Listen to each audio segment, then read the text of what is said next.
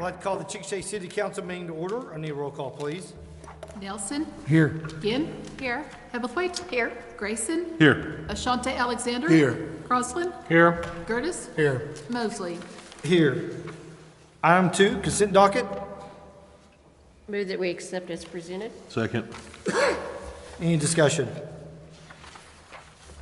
Roll call. Ginn. Yes. Hebblethwaite. Yes. Grayson. Yes. Ashante Alexander. Yes. Crosland. Yes. Gertis. Yes. Nelson. Yes. Mosley. Yes.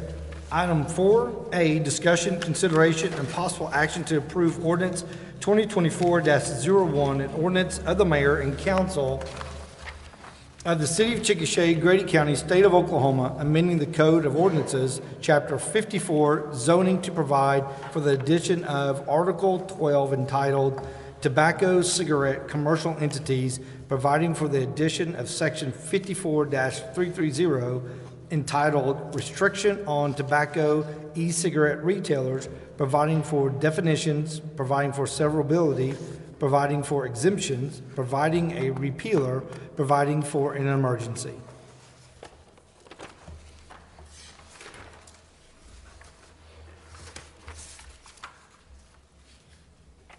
Make a motion for discussion and consideration to approve ordinance 2024-01 as presented. Second. All right, discussion? Yes.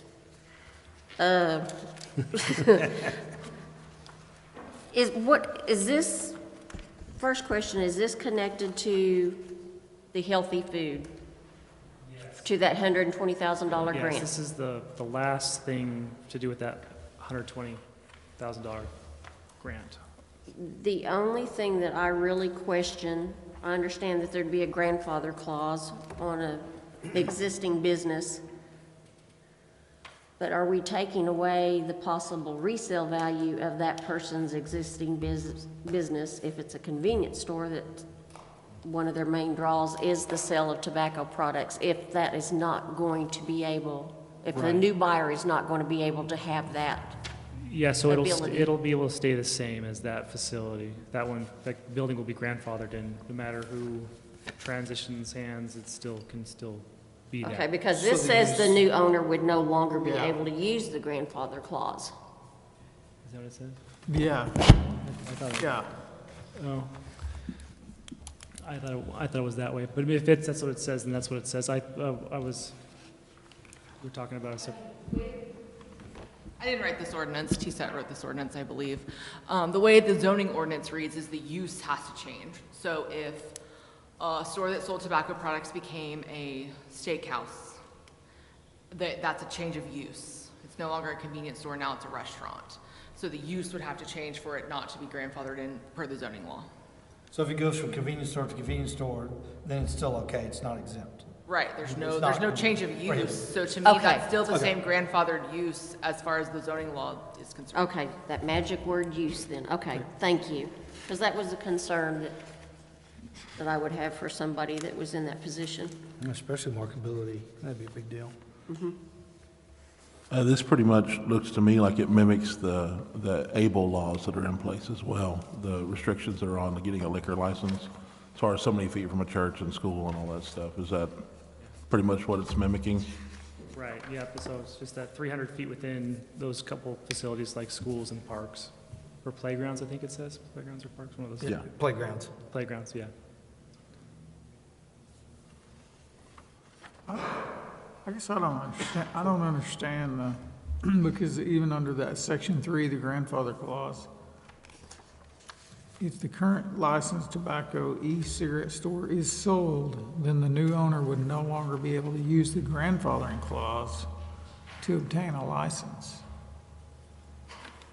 It doesn't say anything about sold to use, sold as a different store. I could understand if the convenience store became a restaurant and they changed their business model, then yeah, you wouldn't be able to hop back in later if you wanted to be a convenience store again later. But it doesn't really, to me, the wording does not state that at all.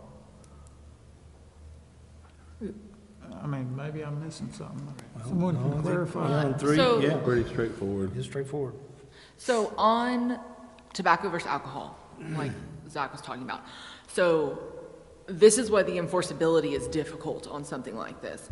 On alcohol, the Able Commission requires a letter from the city of Chickasha in order for them to obtain a license. We could go into a store and give them a certificate of occupancy, and the next day they can go and start selling tobacco products. There's not a good stopgap.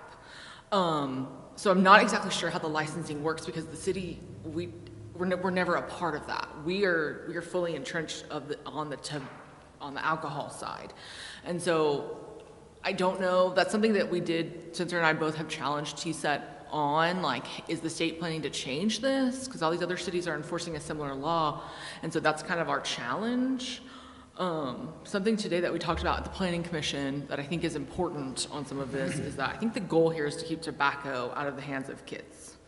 And I'm sure Rick can talk about some of the things, but I've heard that there's been vapes found in the ceiling tiles of the middle school girls' bathroom. I've been told that there is vape detectors in the bathrooms of the high school, and so clearly I think it's an issue, and I think that's TSET's goal. I think like overarchingly that's the goal.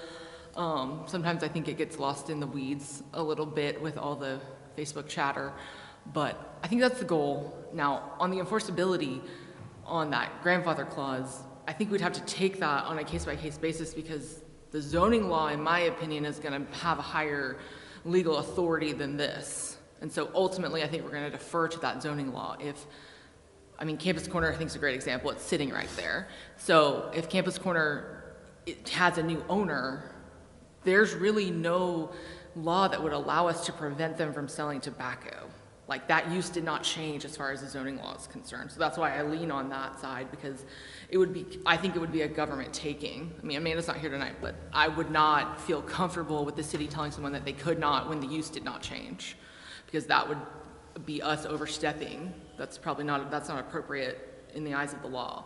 And so that's what I lean on a lot of times. Can we not strike that last that last sentence in section 3 if current and just strike that last part out? I don't know if that affects you. I think if you struck it, it would deter the whole grant. It would be the same thing as saying no to it eventually. But I know other cities have the same kind of thing on their books, and they're having the same issues. It's really not.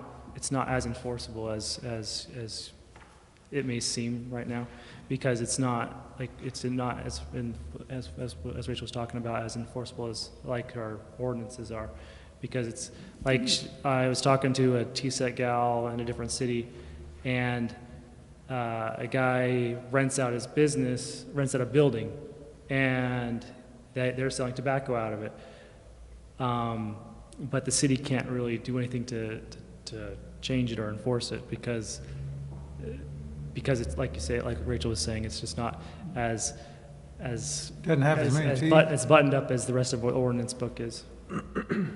On a city level to sell tobacco I know on the city level to sell alcohol, there's a city permit that mimics the ABLE permit as far as licensing and price. Mm-hmm. Is tobacco the same way? I'm ignorant to that. So I think so. So there's where there's no teeth, right? Because you don't have to get a permit, you don't have to get anything from the city. It's all from the state, right? Yeah. Well, the state doesn't support the city's partnership in that. The ABLE Commission works with every municipality. The tobacco, I don't even know where you're going to get tobacco, but I think a lot of people buy it like Sam's and Costco to resell it. They don't require a city permit to be able to sell that. They don't regulate it the same way. I can't. That's a challenge. That's a state challenge, honestly. I think TSET's goal is to get enough cities to have something like this in writing that then they can go on the state level and say, hey, all these cities have something like this. If we made this a law that we had to have this on the books, and then it would come down like alcohol. But right now I think they're just trying to have enough cities that say, waving a flag that says, hey, we don't want tobacco near the schools. And if they get enough cities waving that flag, that maybe they could put it, to me, that's how I kind of read all these. But if enough cities get on board with it, then potentially someday down the road they could look at making that a law. Well, I don't know how any other way to say this, so I'm just going to say it. So right now, this is basically just feel-good wording, right? Yeah. Okay. I mean, I think we can all agree that tobacco in the hands of kids is a bad thing. I don't think anybody's arguing that fact. But I understand where Georgiana and Oscar are coming from as far as limiting what people are doing with their property as of currently, and then resale value. But if all this is feel-good wording to get the grant done, I mean, I think it's a bit of kiss in the ring, so. yeah.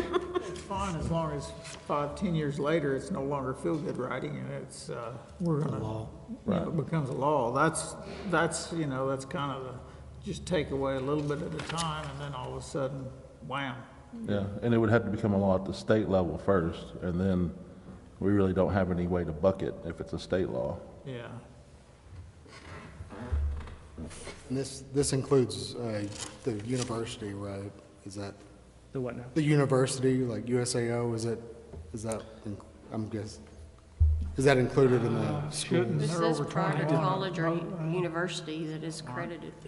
So if someone put a convenience store on campus, or that would deter that, right? Right. As much as it can deter, But the campus like UCO, it's non-smoking, it's a state Right. institution, so. But it's 300 foot. I mean, What's that? if it's across the street, across Grand. Right, yeah, yeah. If it exceeds 100 yards, then it's okay. yes.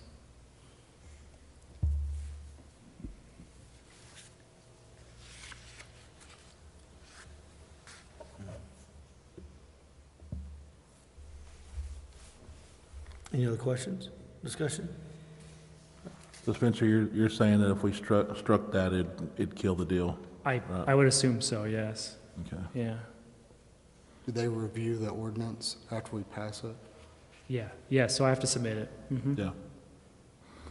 I mean, on its face, I mean, obviously the concerns from Oscar and Georgiana are valid that, 10 years from now or something that, we're on the hook for this. As it stands right now, I don't see it being a huge issue, but it's something, would it have to come back to council, like if it changed and we? Yeah, so if 10 years from now it becomes a problem, you can get rid of this thing as fast as you picked it up. So you just vote on it again. So you say, we will tell Keith or the next Keith, we want to change this because of this situation, and then you just bring it back and vote on it and smash it. What I really am saying is, so if the state next year decides to make it a law, and then the city adopts kind of like what they do at the Able Commission, where you have to buy a city permit to sell alcohol, and the city decides to do that, that'll come before council, right, to do that and set the price and all that stuff. So at that time, council will have an ability to go, yeah, we're not doing that, or let's revisit this ordinance, and we'll have a fail-safe. It won't just be an automatic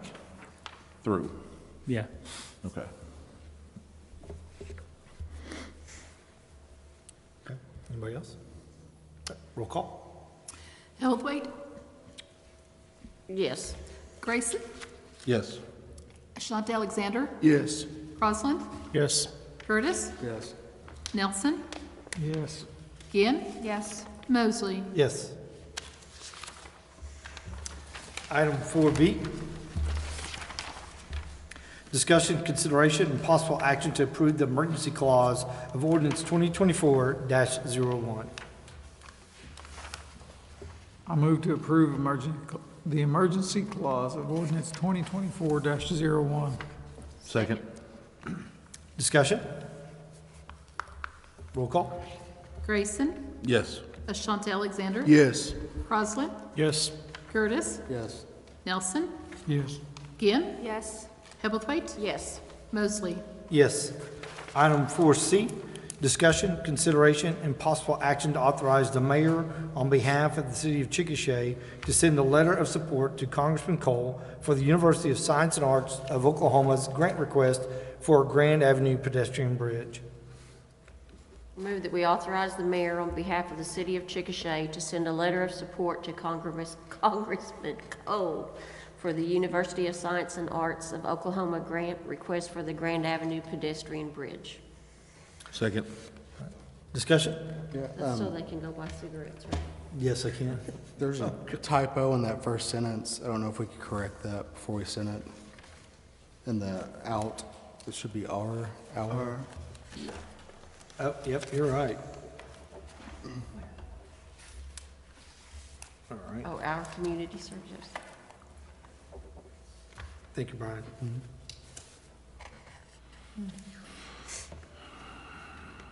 And the history of this, there's some earmarked money that they're talking about being 2025. I think Tom was talking about, Mr. Cole, Congressman Cole was. And so if approved, they're somewhere on Grand where they cross over to the south side of Grand Avenue because they have a lot of students going to the Campus Corner area, and then there's athletes and going to the soccer practice, baseball, and softball complex.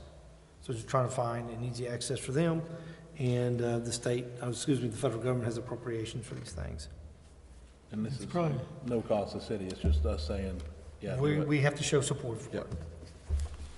And I guess this is cheaper than putting up a light, a pedestrian light or something. Pedestrian light would be a lot cheaper than this, yeah. The amount of money that was available, what did you say, was 4 to 6 million. Can't use it for streets. We came to know this because of, They, the USAO approached me, probably after our first council meeting in March, and they wanted to know if we would support it. I said, that's a council decision, not my decision. And so that's why I brought it here. I can't sign this, say, city supports it if I don't have council support. And this would go over Grand? Over grand. And there's, you're talking, this could be a 2 or 3 year project, by the time you engineer it and everything else. Kind of like what they have in Oklahoma City going over I-34. All of Northwest Expressway, they put Yeah. one in. It would be, like I-44 has one also. I mean, it's a little better for traffic flow. Yeah. As far as you don't have to stop. Plus it keeps the kids from playing Frogger, trying Oh, to boy. get across there. Especially about 6 in the morning, Yeah. we're practicing. I think I support it. Any other questions? Roll call? Ashante Alexander, yes. Crosland, Yes. Curtis, Yes. Nelson, Yes. Ginn, Yes. Hebblethwaite, Yes. Grayson, Yes. Mosley. Yes. Item 5, motion for adjournment. So moved? Second. We're adjourned. We're adjourned.